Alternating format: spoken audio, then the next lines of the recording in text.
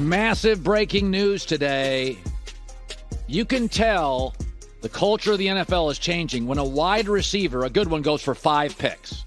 The Dolphins gave up their first-round pick, their second-round pick, and this year's fourth-round pick. Now, they have a third-round pick, and they also have another fourth-round pick. So the Dolphins will have a third-round pick and a fourth-round pick. One of the things, Joy and I were talking about this during the break, Tua is not a great deep ball thrower, and he's not the kind of guy that can extend the pocket with his feet.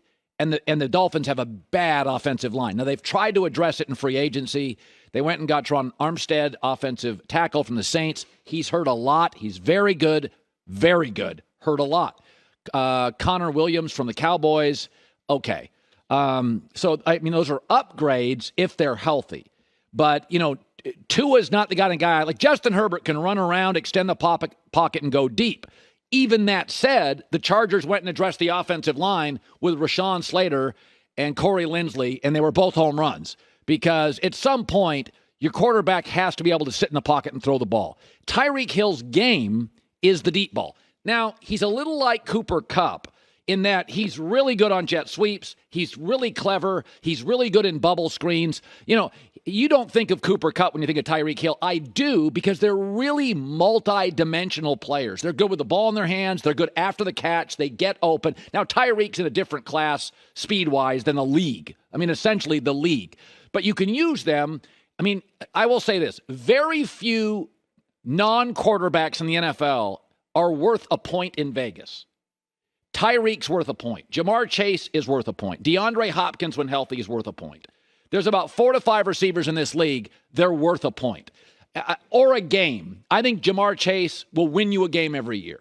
Tyreek will win you a game. I mean, they beat New England twice last year without him. Now Waddle in his second year. Tua with an offensive coach. Tyreek Hill. Miami's better today.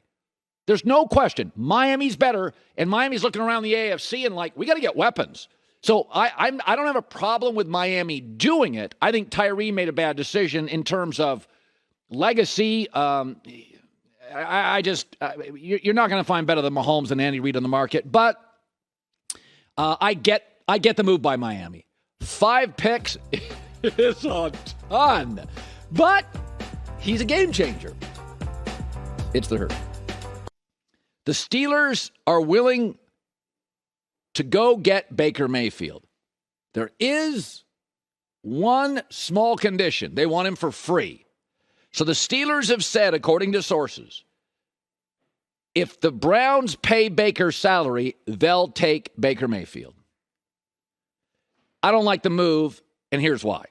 Even for free. There are certain jobs in America where a big personality doesn't help you, and backup quarterback, and I would argue quarterback's not one of them. Big personality, Cam. Controversial personality, Cap. A toxic personality, Baker.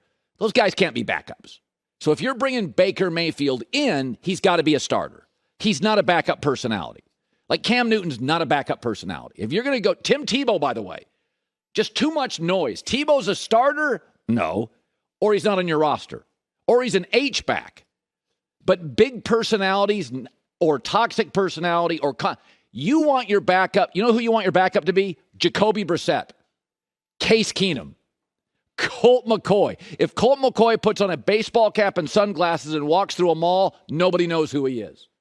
You want it to be Tyrod Taylor.